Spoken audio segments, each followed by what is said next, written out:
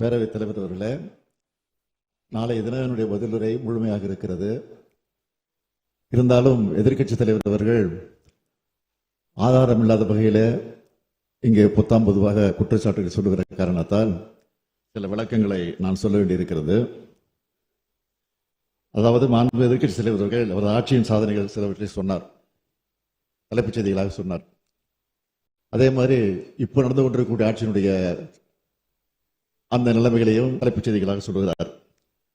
ஆனால் தமிழ்நாட்டு மக்களை கேட்டால் அவர் ஆட்சியில் பட்ட வேதனைகளை கண்ணீருடன் புலம்புவார்கள். பொல்லாத ஆட்சிக்கு பொள்ளாட்சியே சாட்சி.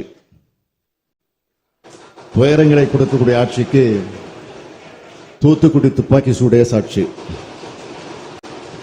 சாமானிய மக்களை வதைக்கக்கூடிய ஆட்சிக்கு சாத்தான்குளமே சாட்சி. அவமான ஆட்சிக்கு அதிமுக ஆட்சியே சாட்சி. தமிழ்நாட்டை புலம்பு வைத்துதான் அதிமுக ஆட்சியினுடைய சாதனை. எங்கும் எதிலும் கமிஷன், கரப்ஷன், கலெக்ஷன் என ஊழலிலே திணித்து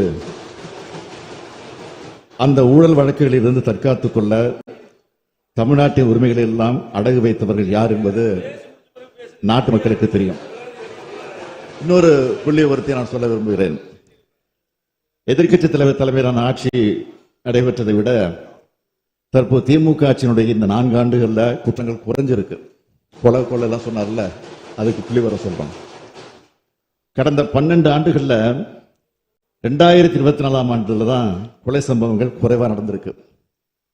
இன்னும் சொல்லணும்னா கடந்த 4 ஆண்டுகளாகவே ஒவ்வொரு ஆண்டும் கொலைகள் குறைஞ்சிக்கிட்டு தான் இருக்கு. கொலை குற்ற விகிதம் 1 லட்சம் மக்களுக்கு தேசிய சராசரி 2.2 என்றால் தமிழ்நாட்டில் அது 1.1 குறைஞ்சிருக்கு. அதிமுக ஆட்சியில அதிகபட்சமா தடுப்பு காவல்ல வைக்கப்பட்ட ரவுடிகள் 1929 பேர் என்றால் திமுக ஆட்சியில கடந்த ஆண்டில் அதிகபட்சமா 3645 ரவுடிகள் சிறையில் அடைக்கப்பட்டிருப்பாங்க.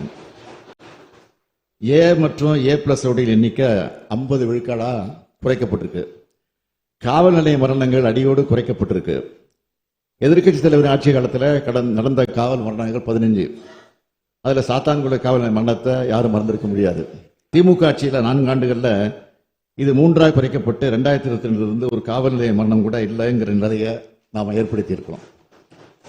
எதிர்க்கட்சி தலைவருடைய ஆட்சி காலத்தில் 4 ஆண்டுகள்ல 14,174 பேர் குண்டர் சட்டத்தில் அடைக்கப்பட்டாங்க. ஆனா திமுக ஆட்சியில 4 ஆண்டுல 15,899 பேர் குண்டர் சட்டத்தில் அடைக்கப்பட்டிருக்காங்க. ஆகவே கொலை கொள்ளை நடக்க விட்டு ரவுடிகள் நடமாட்டத்தை தாராளமாக்கிய ஒரு ஆட்சியை நடத்தினாங்க அவங்க.